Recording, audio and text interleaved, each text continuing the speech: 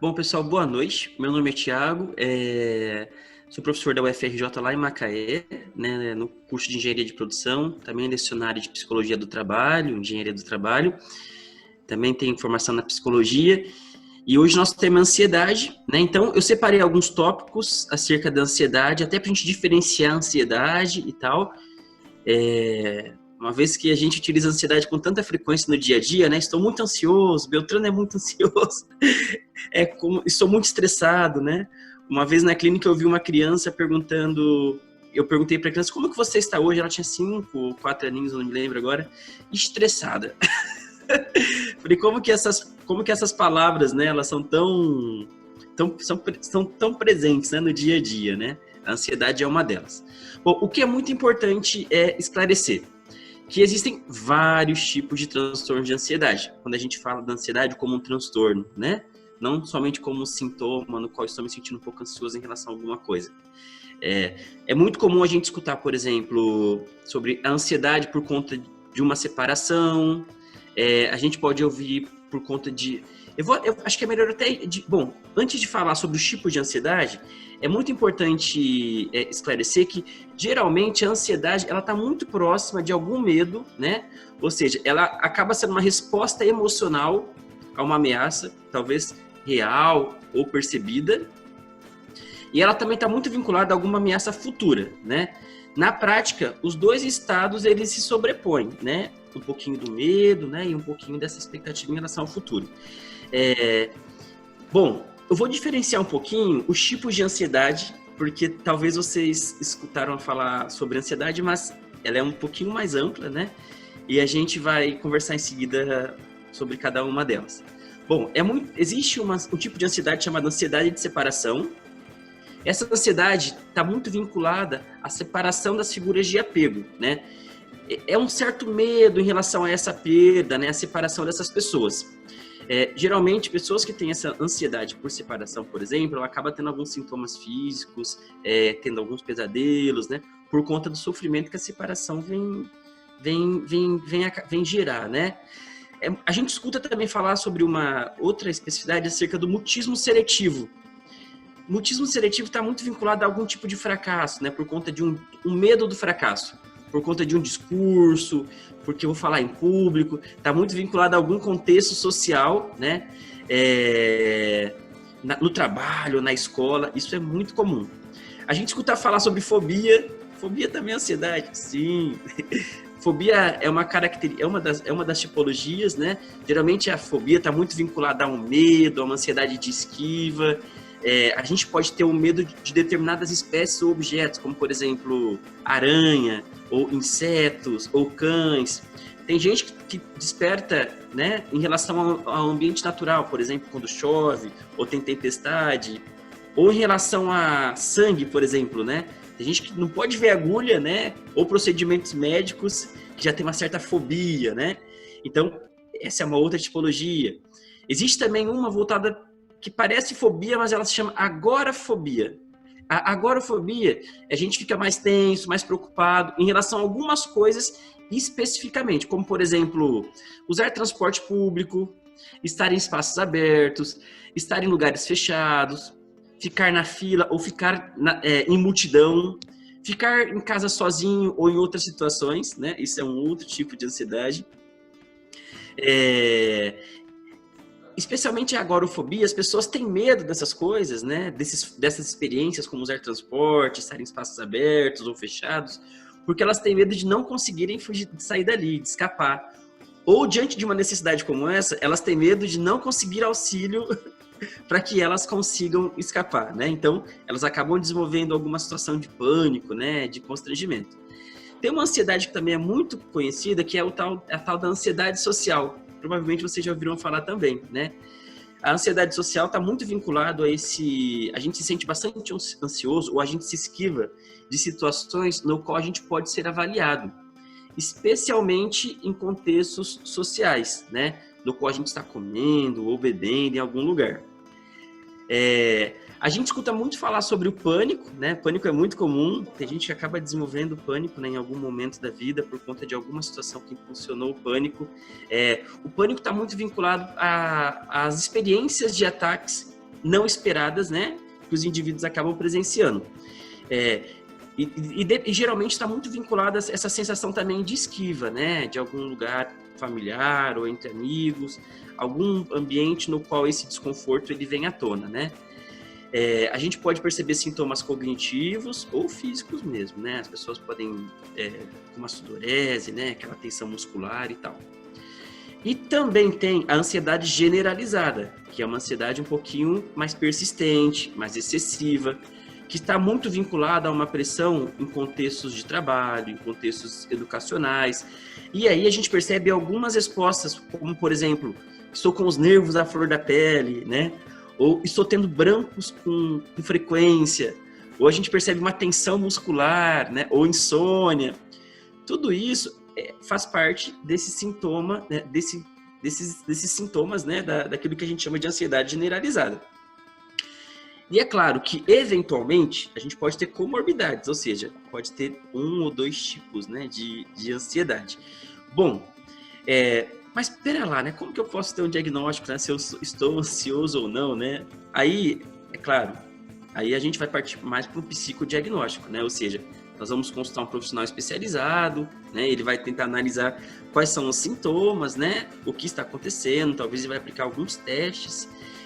Agora, o que é muito importante considerar é que se a gente está tendo, por exemplo, utilizando algum medicamento, ou seja, é consequência de algum efeito fisiológico, a gente não pode, a gente de repente pode descartar esses sintomas de ansiedade que nós falamos até então, porque pode ser consequência de algum medicamento, né?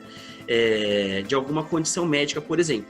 Geralmente, né, quando a gente se sente ansioso a esse ponto de buscar um especialista, geralmente a gente busca um psicólogo, um psiquiatra, um médico, para conversar um pouquinho sobre isso. E é claro que ele vai utilizar uma bateria, né, até chegar na especificidade da sua ansiedade, caso de fato seja um problema psicopatológico, né?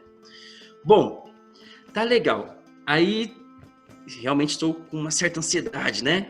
O que esses profissionais vão fazer? Depende. A terapia, ela ajuda bastante, né? A psicoterapia, ela é muito recomendada, independente das abordagens.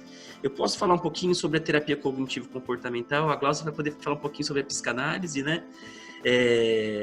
Quando a gente percebe que um paciente, por exemplo, se sente bastante ansioso, ou ele se enquadra a esses contextos, né? A gente procura analisar os pensamentos automáticos, os pensamentos que vêm à tona, sabe? Diante desses contextos de ansiedade. E aí a gente vai tentar trabalhar um pouquinho as crenças, né? Quais são as crenças que estão instaladas, que têm me impulsionado a esse estado de ansiedade, né? A esse sentimento de ansiedade. E é claro que a gente vai tentar reestruturar, né? O que a gente chama de reestruturação cognitiva. Tentar minimizar esse impacto. Bom, em tempos de pandemia, né? A gente se sente ansioso, não se sente eventualmente? Porque está sozinho dentro de casa, ou porque está sobrecarregado, ou porque tem novas ferramentas para trabalhar e a gente não está conseguindo, ou porque a nossa dinâmica familiar sofreu alteração, ou porque o trabalho passou por alguma alteração. Então, é muito natural que alguns quadros de ansiedade se instalem, mas nem sempre é uma ansiedade psicopatológica, né? Nem sempre é um quadro como esses quadros que eu acabei de citar. É uma ansiedade natural. Eu já ouvi muita gente falar também, poxa, eu preciso parar de ser ansioso, né? Nem sempre a ansiedade é negativa. Eventualmente, a ansiedade, ela te impulsiona a realizar as coisas. Isso é muito legal. Tem muita gente que precisa dessa gota de ansiedade para poder ganhar velocidade, para sair de um estado de procrastinação, para poder realizar coisas que até então ela não realizaria se não tivesse esse desejo, né, interno de eu preciso fazer, eu preciso fazer, eu preciso fazer. Então, nem toda ansiedade é ruim, tá? É importante falar um pouquinho sobre isso. Às vezes ela nos impulsiona positivamente. E sentir ansiedade faz parte também. A ansiedade ela é um sintoma natural do ser humano, no qual, quando a gente se vê diante de algumas situações como essas situações relatadas, esses sentimentos de ameaça, de medo, de fuga, eles podem de fato ser despertados. Mas também não tem problema nenhum. A gente maneja, né? A gente gera alguma resposta e tudo se normaliza. É claro que tem pessoas que têm o quadro de ansiedade generalizado, ou seja, fazer um tratamento, fazer um acompanhamento psicológico, aí é um quadro diferente. Em tempos de pandemia, estamos sujeitos sim a ter ansiedade, né? Inclusive a ONU publicou recentemente que a saúde mental da população ela precisa estar na pauta prioritária dos governadores, né? Dos presidentes, né? Dos governantes. Porque, na verdade, a saúde mental global, na verdade, né? Não só no Brasil, não só na Europa, mas a gente percebe que todo mundo tem enfrentado de alguma forma alguma experiência ou algum desconforto por conta da pandemia, né? Ou seja, então a saúde mental ela tem que estar na agenda, né? Mas não só na agenda dos governantes, né? É importante que ela esteja na nossa agenda também, né? Que a gente priorize esses sentimentos, esses feelings, né? Para que a gente possa minimizar esse desconforto, se esses desconfortos têm sido mais frequentes. A fala, ela é um instrumento fundamental para minimizar o desconforto da ansiedade, para minimizar esse medo. Então, falar sobre o que eu estou sentindo, seja com um parceiro, com a parceira, com o marido, com a esposa, com um amigo ou com um terapeuta, a fala, a escuta com atenção, ela tende a minimizar esse desconforto. Então, durante o período de isolamento físico, né, a gente pode minimizar esse desconforto através da aproximação social, né? Seja via Zoom, via, como estamos fazendo agora, via Skype, via WhatsApp. Mas a fala, ela não é medicamento, não tem química, e ela tem um efeito milagroso, né, nesse processo de desconforto emocional. Bom, eu fiz uma introduçãozinha, vou passar a palavra para os meus amigos e depois a gente volta para aquecer a discussão. Okay. Então, gente, boa tarde, pessoal.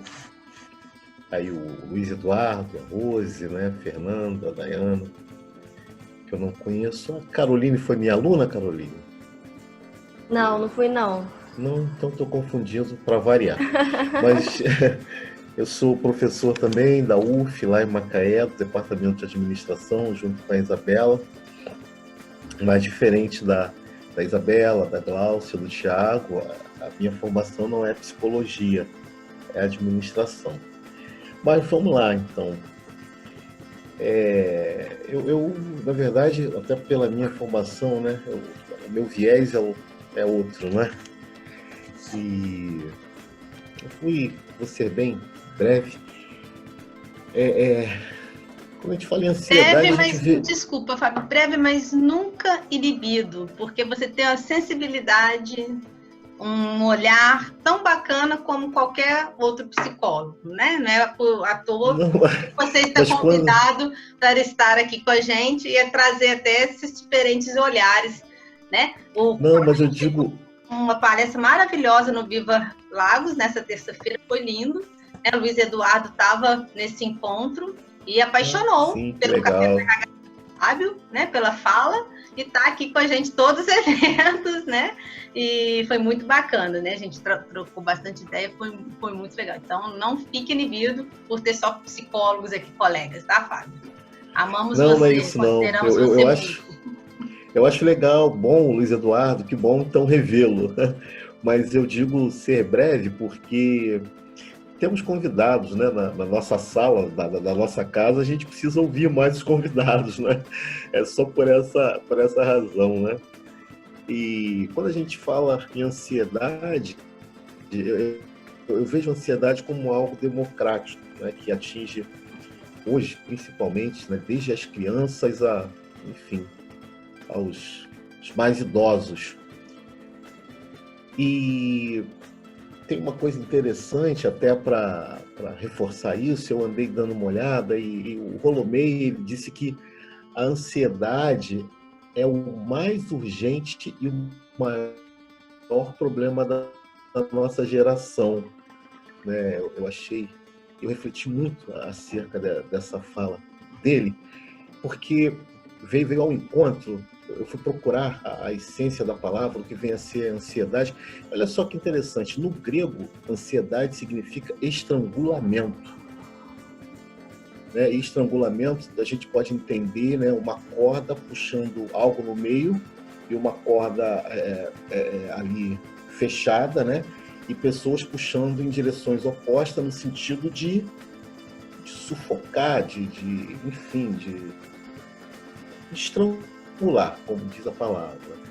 E para algumas pessoas, né, talvez o nível de ansiedade seja tão grande que eu acho que algumas pessoas até se sentem realmente estranguladas pela ansiedade, pelo desejo de fazer aquilo que ainda não aconteceu e que, segundo dados estatísticos, né, 70% 90% daquilo que a gente se preocupa e investe, sabe, empreende ações para tentar evitar, na verdade, nem acontecerão 70% das coisas. Não é? É tudo realmente fruto da nossa ansiedade, que pode nos fazer produzir, sim, né? A gente entende que a ansiedade possa nos fazer produzir, mas eu penso que por mais que a ansiedade nos leve a produzir ou nos leve a uma ação qualquer, ela não é capaz de mudar a situação alguma, não é? Ela nos leva a agir. Eu estou aqui ansioso, vamos lá, a prova é amanhã e eu já estou, como diz o ditado, sofrendo antes do parto desde hoje, e aquilo me causa uma sudorese, dor de cabeça, eu como pra caramba, vou comer a beça porque eu estou ansioso, então vou deixar de comer, toda hora eu vou ao banheiro, ai meu Deus, eu vou estudar mais um pouco e vamos lá, eu estou empreendendo, mas dificilmente essa nossa ação ela mudará a situação, não é? Porque boa parte das coisas acontecem ou não com a nossa medida ou sem a nossa medida, né? E legal, quando o Thiago falou, uma coisa que eu percebo também, e que a ansiedade, né, ela pode ser resultante, foi logo no início da fala do Thiago, eu penso assim também, pode ser resultante de circunstâncias da vida, adversas ou não, pode ser uma circunstância de adversidade, de um problema qualquer, como pode ser uma circunstância de desejo que a gente sabe que vai acontecer, eu vou ganhar, amanhã é o meu aniversário, eu vou ganhar aquela tão sonhada bicicleta, eu já estou ansioso desde hoje, ou na verdade eu vou fazer aniversário daqui 2 meses, mas eu já sei que eu vou ganhar aquele presente, então quanto mais os dias, não é? São circunstâncias interessantes da vida.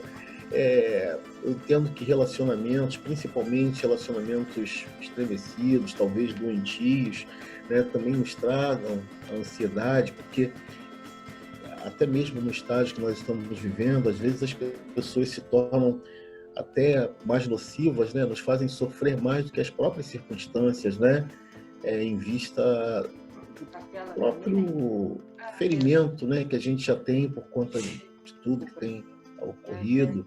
A ansiedade ela vem por conta de de uma preocupação, que de repente até essa preocupação vai nos fazer consumir. E aí eu comecei a pensar até nisso, né, em termos de consumo. O Thiago estava falando, eu estava até anotando aqui ao lado. Em 1950 a gente consumia 5 vezes menos do que hoje, né, e nem por isso a gente que consome 5 vezes mais, a gente é mais resolvido nesse aspecto do que os caras eram, né? Porque é muito interessante, porque esse aspecto do consumo é aquilo, né, que faz a gente comprar o que não quer, para pagar quando não pode, com a finalidade de impressionar a gente que a gente nem conhece. Então, são, sabe, essas questões assim que eu achei muito interessantes. Mais uma vez eu volto, né, a essa fala inicial do volume, desse problema que é a ansiedade. Aí eu gostaria até que nós não tratássemos problema como algo de forma negativa, né, a palavra problema, mas sim como uma questão a ser resolvida, né, a ser entendida, a ser pensada, enfim, e observássemos bem, que foi o que ficou marcado para mim, a questão da ansiedade na língua grega como sendo estrangulamento, né? Algo que estrangula, algo que sufoca, né? Enfim, mas essas são as minhas, talvez da minha participação inicial, são as minhas palavras aí. E, bom, a Gláucia, ela sabiamente pediu para ser a última, porque ela vai fazer esse grande finale. Por favor, Gláucia. Não é por conta de um grande finale, não, mas é porque eu vou colocar algumas outras questões, né, que passaram aqui por mim, que talvez elas suscitem aí também um pouco mais dessa discussão. E eu achei interessante isso, né, que o Thiago trouxe, de colocar, né, o significado da ansiedade a partir de um diagnóstico, né? De trazer os diagnósticos que hoje circulam na nossa cultura, né? A partir do discurso médico, né? Do discurso científico, que traz a ansiedade como tema. Como o Fábio também colocou, né? A ansiedade aí como o grande mal do século. O Lacan, que é um teórico da psicanálise, ele não vai falar da ansiedade como mal do século, até porque esse termo, né, ansiedade, não é um termo comum, corriqueiro no campo da psicanálise. E Lacan vai falar da depressão como mal do século, né? Como que todos hoje são diagnosticados, todos de maneira mais ampla, né? Assim, como que esse diagnóstico de depressão, assim como o diagnóstico de ansiedade, está aí corriqueiramente na vida das pessoas. E como que um estado como que a gente está vivendo hoje, né? Um momento como a gente está vivendo hoje, um momento de pandemia, de isolamento, de incertezas, de quebra, né? de contratos, né? de pactos os mais diversos, né?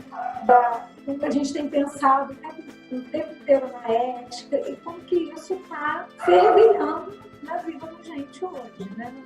Nos nossos micro-universos, dentro das nossas casas, e de maneira mais geral, né? Do país, como que a gente está imerso nisso, né? Nesse estado de ansiedade que é provocada por uma incerteza, por algo que a gente não sabe o que virá, né? E a ansiedade, como o Thiago marcou aí, né, embaixo, ela não está somente para o que é negativo, né? Ela marca também essa expectativa para aquilo que é positivo. O Fábio também colocou isso aí, para isso que é positivo. Então, eu desejo muito algo, ela está intimamente relacionada à questão do desejo, né? E eu desejo muito algo, eu não desejo que algo aconteça, e aí sou tomada por esse sentimento de ansiedade. E aí o que eu queria um pouco trazer, assim, meio como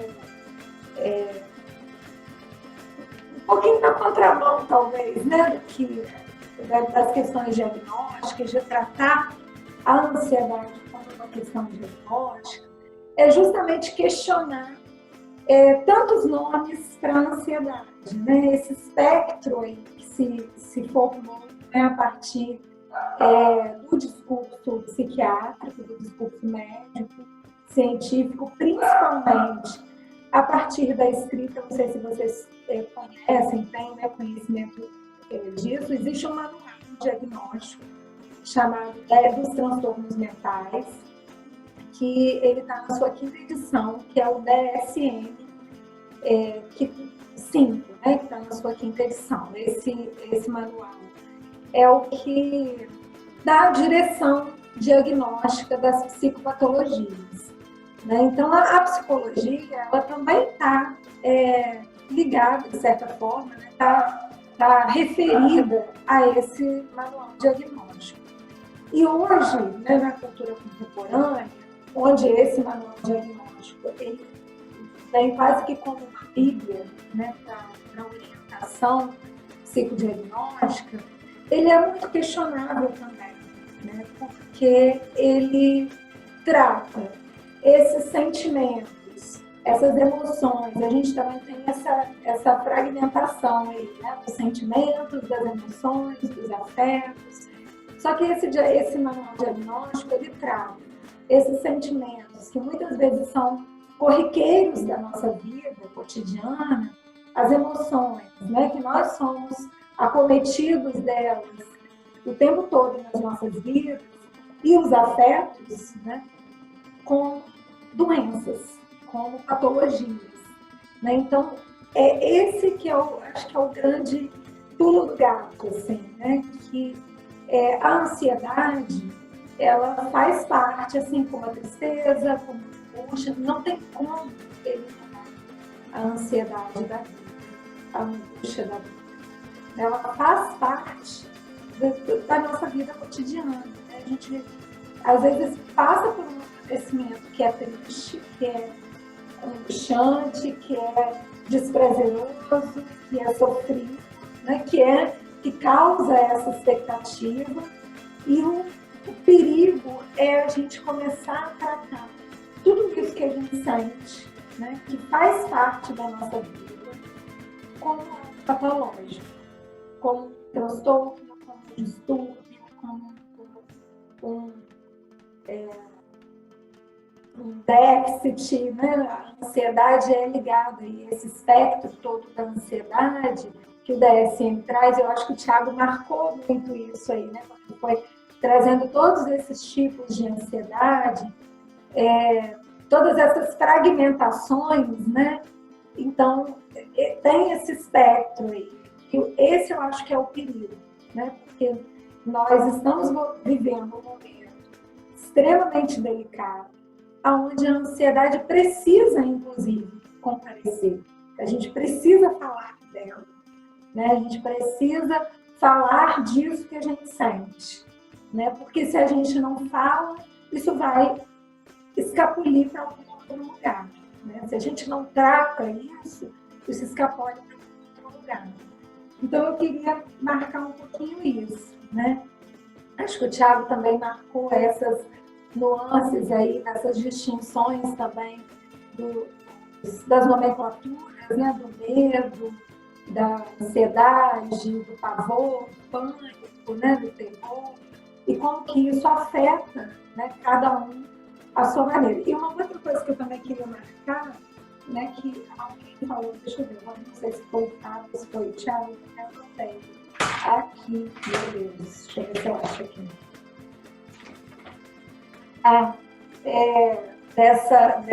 Desse momento, né, que a gente está vivendo, de falar para que a ansiedade não se instale, eu achei isso muito interessante também, porque fiquei pensando num ponto, né?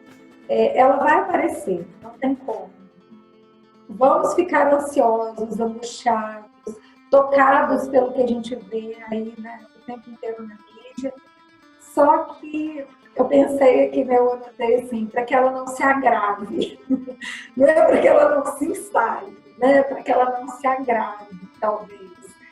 Porque a forma como cada um vai ser afetado por essa situação toda que a gente está vivendo, ela é muito particular. Esse medo, né, esse inimigo, vamos dizer assim, né, que vem de fora, ele vai ativar algo que já está dentro, né, que cada um já tem as suas neuroses, as suas angústias, as suas ansiedades, as suas formas de lidar com os afetos.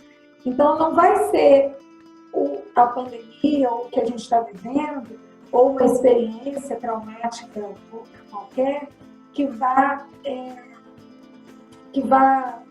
como que eu vou dizer, que vai instalar isso, né? Que vai instalar esse afeto, né? Mas vai desencadear isso da forma como cada um já lida com as suas próprias questões, né? Com seus fantasmas interiores. Então, eu acho que esse é um ponto que eu acho que é muito importante da gente pensar sempre nele, né? Que a ansiedade é um sentimento, né? Algo que está presente na nossa vida e que a gente não vai eliminá-la. E quando é que ela precisa ser tratada como algo patológico? Né? Nem sempre ela vai precisar ser tratada como algo patológico, né? Só vai se tornar uma patologia quando traz um sofrimento para a vida do sujeito, quando traz uma paralisação, né, na vida, né, um prejuízo para as atividades da vida, né? Não simplesmente por sentirmos a ansiedade. Mais ou menos isso que eu queria deixar para a gente lançar aí as faíscas para discutir. Muito bom. Vamos passar para a galera, né? Trazer suas questões.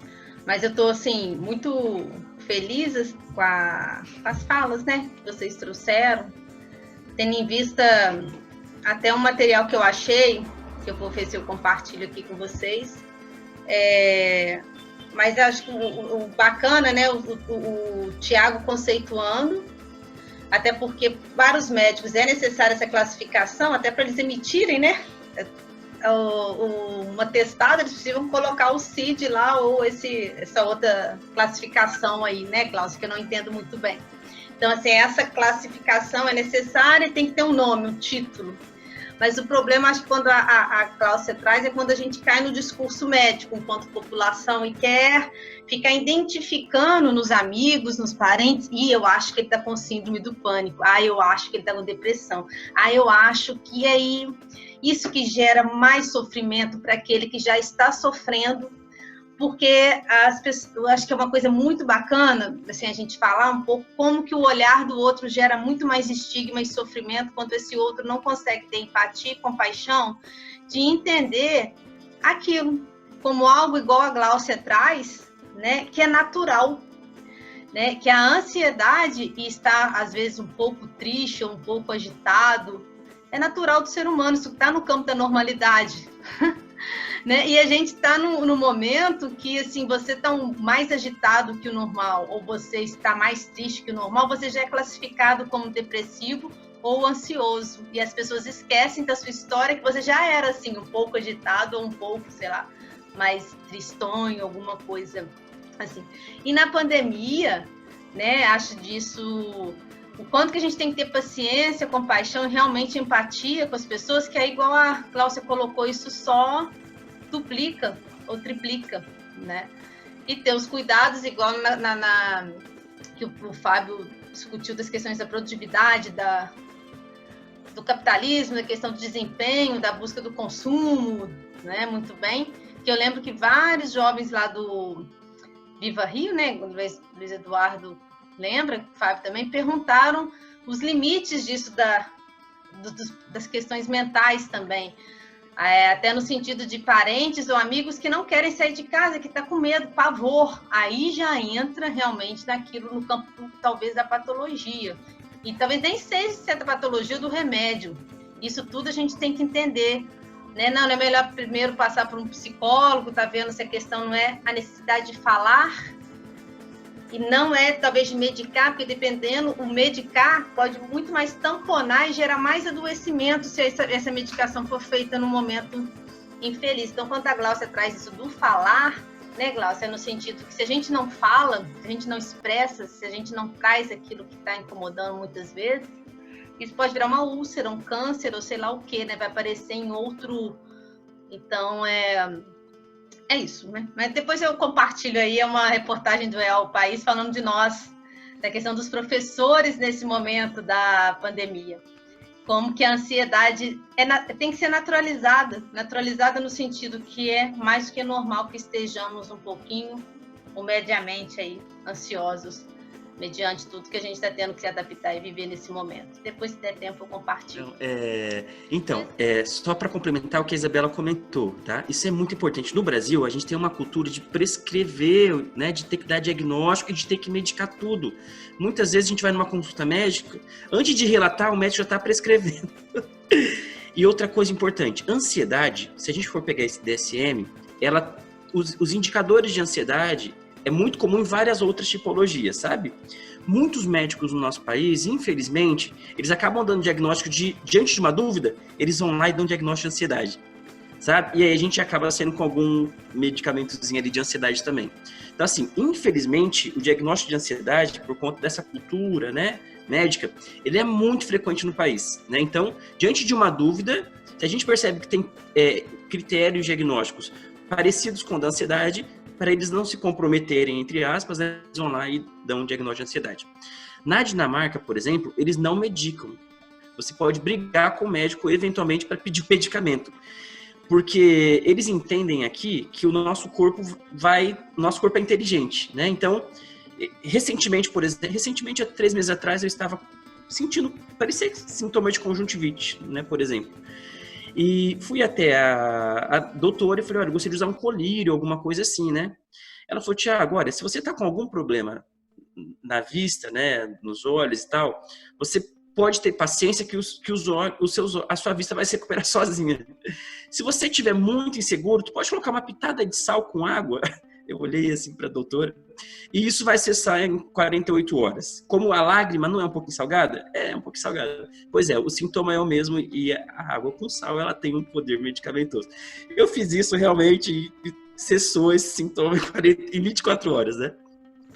Mas eu também passei por uma situação mais difícil, eu quebrei o pé, então eu queria usar um medicamento mais forte e tal, né? E falei, médico, o doutor me deu uma bota especial, eu falei, qual medicamento eu devo tomar, né? Ele falou assim, Thiago, diante de uma dor, tu pode tomar esses medicamentos convencionais, né? Como a gente vê no Brasil, tipo Dorflex, ele sinalizou alguns, mas você não tem que tomar nada, você tem que usar essa bota e por 4 semanas, ou de 4 a 6 semanas, e você não vai tomar medicamento nenhum. Só se você sentir que a dor está insuportável. Caso contrário, o seu corpo vai reagir. Então, assim, aqui a gente tem que lutar por medicamento, sabe? Eles não têm essa cultura de medicamento. E as pessoas pensam 10 vezes antes de ir ao médico, porque elas confiam nesse processo de recuperação do corpo. Ou seja, e de fato a gente se sente às vezes desconfortável, acho que eu vou buscar um médico, né? Só que assim, você pensa 2 vezes, não é tão importante, não é tão urgente, tá tudo bem, eu posso aguardar. E realmente a gente se recupera.